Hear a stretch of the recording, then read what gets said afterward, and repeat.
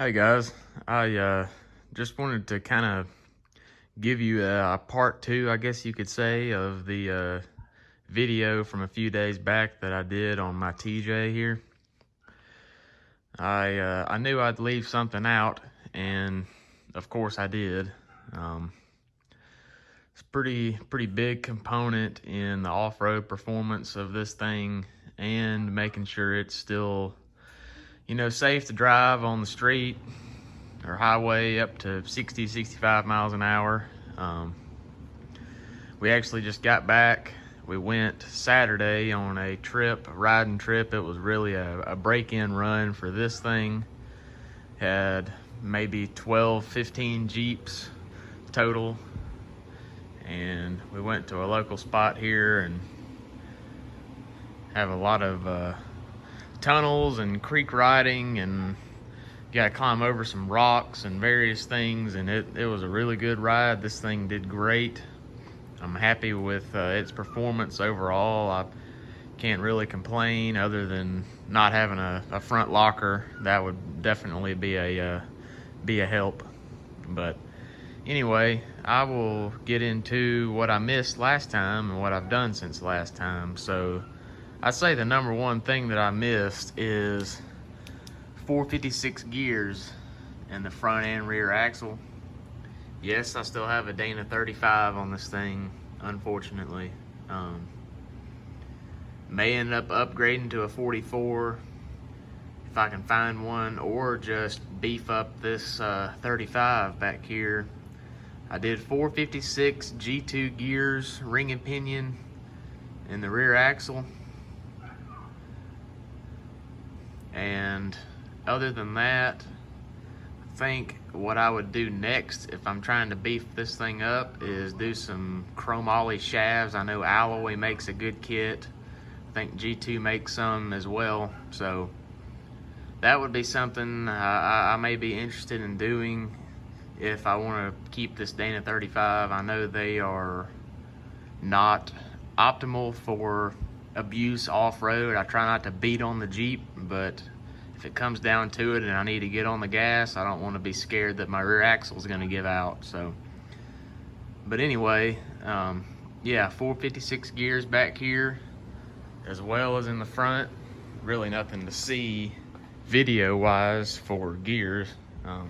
Apologize for the bad lighting. We're in the garage here at night, and yeah, 456 is up front too, just a regular Dana 30 up here, which came standard on I think all TJs but the Rubicon, which has the 44 front and rear with 410 gears.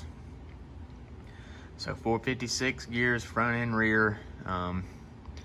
Really does fine on the highway. It actually does a little bit better in fifth gear than it did stock.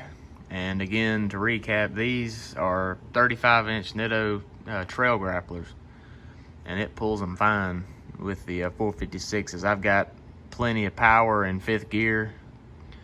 I can pull up a hill in fifth. If it's a really long hill, I'll end up in fourth, but that's just the Jeep being a Jeep, so can't really complain there.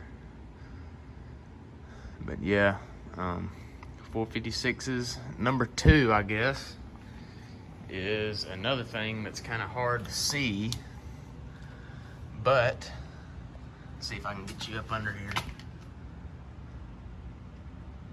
Did a Rubicon Express slip yoke eliminator kit, an SYE kit, as well as a Pro Comp CV style drive shaft. I know you can probably see the drive shaft better than you can see the slip yoke.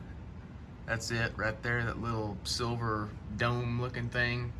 Basically what it does is replaces your stock drive shaft, which has play coming out of the back of the transfer case, and it gives you play in the drive shaft, which can help eliminate any drive shaft vibrations or anything you get from going up with your Jeep so high, like this one.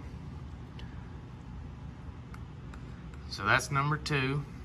And again, that was a Rubicon Express kit, and this is a Pro Comp drive shaft. I ordered a Rubicon Express drive shaft. Not really because I know too much about them, just because I wanted things to match. I'm kind of picky like that, but they were out of stock, so I went with Pro Comp. It seemed to do fine so far, no complaints. And I guess you can kind of already see the, I guess the third and final thing I've done since the last video. Got a Warn VR Evo 8S. It's an 8,000 pound Warn winch. It's one of their lower end winches. It's probably made or at least manufactured overseas and built over here, I'm not sure. But it, I want to say it was right around $500, $600, something like that. So it's still not cheap. And I really wanted the Warn reliability. I looked at the Smittybilt XRC, I believe the 9,500 pound synthetic. That's what the S is synthetic rope. I really wanted the synthetic. Just comes out of there with a nice looking Warn fair lead, and came with a little Warn hook down here. Works really nice. Unfortunately, last weekend I already had to test it out, and it got me out of a kind of a sticky situation. Wish I had some video from it, but it seems to be a pretty good winch so far. No issues. It did come with a wired controller that you can plug in. See if you can see it right there. Plugs in right there. And the controller also has an option where you can click over and make it wireless, which is nice for after you already have the winch going and everything. If you're in some mud and then don't want to get out, or on a steep hill, you don't have to get out.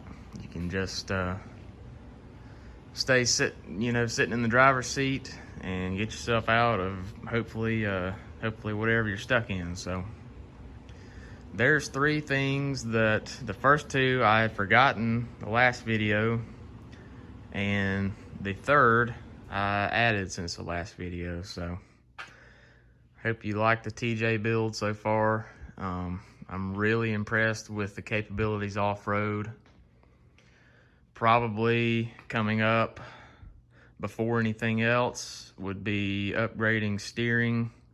Just got the stock weak little drag link and tie rod in the front, and they make a couple of kits I've seen that replace those two pieces and also upgrade your stabilizer. So that, and probably a front locker, because that's my weak point right now, is steering, and I'm not locked. And locking this thing in on a hill would really help. That's what got me messed up Saturday. So again, I hope you like the Jeep, and keep checking out more videos for things to come. Thanks.